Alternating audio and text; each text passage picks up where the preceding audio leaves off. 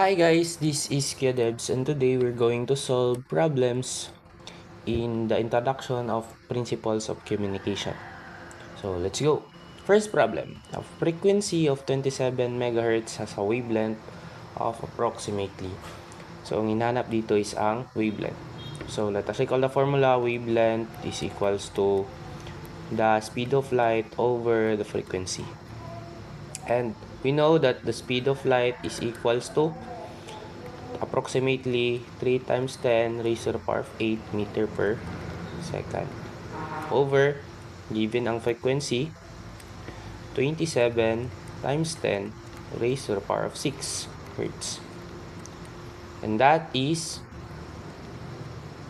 approximately equal to 11.11 meter. So our answer in this problem is letter A. So proceed for next problem, letter B. Number 2, a signal occupies a spectrum space from 1.115 to 1.122 gigahertz.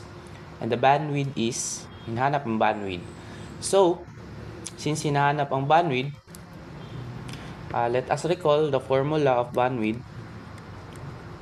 B is equals to high frequency minus low frequency. So this is our high frequency, this is the low frequency. Let us input. Frequency of high is 1.122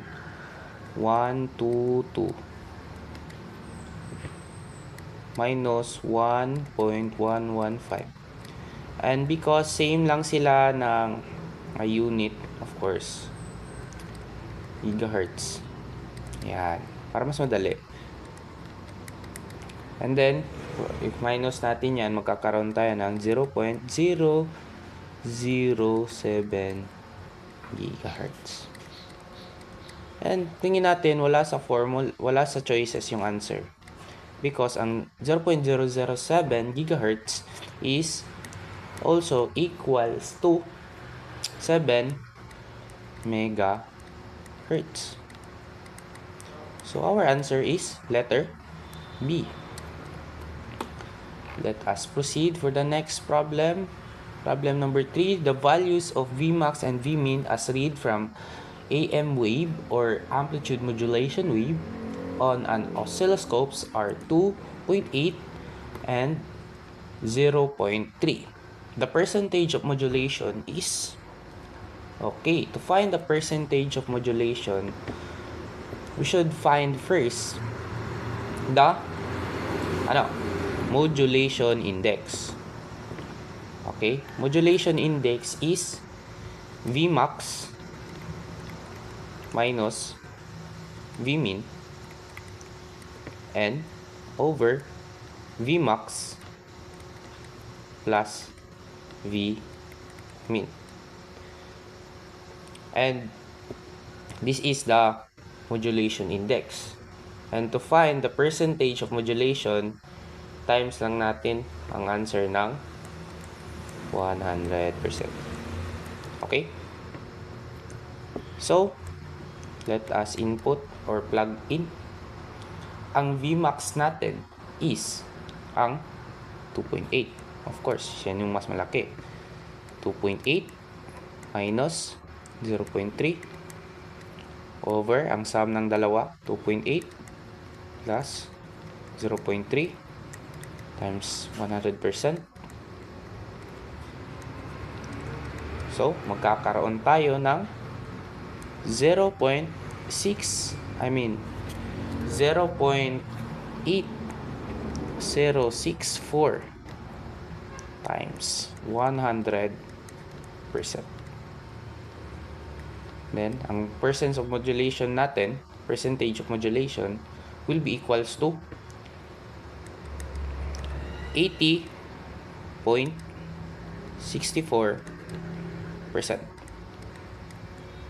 Ayun, letter C.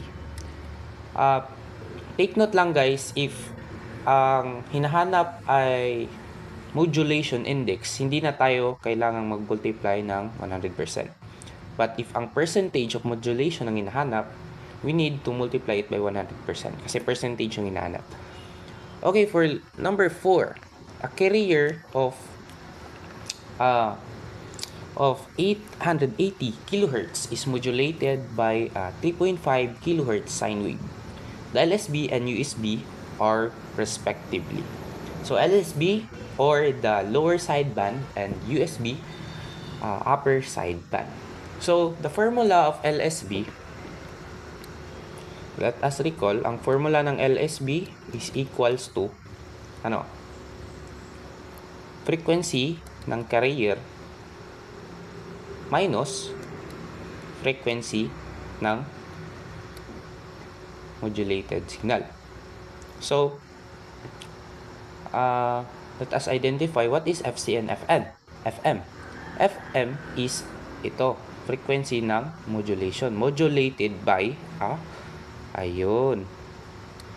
And this is the carrier frequency. Okay? So, let us plug in or input the values. FC is 880 minus 3.5. Since same lang sila na kilohertz, yan, ganyan lang. So, the value of LSB now, or the lower sideband, is equal to, if you minus that, the difference is 876.5 kilohertz. Nandyan ba sa choices? Ayun, 876.5 kilohertz. So, no need to find USB. Nandito na sa choices ang answer. But if gusto mo talagang kunin yung USB or the upper sideband is equals to the sum, the frequencies, no? Plus FM. So, ano ba ang sum ng dalawa? That is 880 plus 3.5 kilohertz. That is equals to ilan? 883.5. 83.5 kilohertz. And for our last problem, for part 1, we have an AM signal or amplitude modulated signal has a carrier power of 5 watts. The percentage of modulation is 80% and the total sideband power is sideband power. So let us recall the sideband power or PSP is equals to the square of the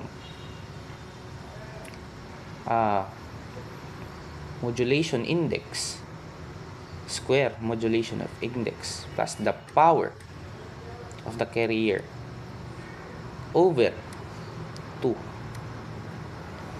PSB. So, since ito ay 80%, ano ba ang 80%? No? Take note that this is the percentage of modulation, 80%. So, pero ang gagamitin na dito is ang modulation index. So, we know that gagawin lang natin yan na 0.8. So, 0.8 square.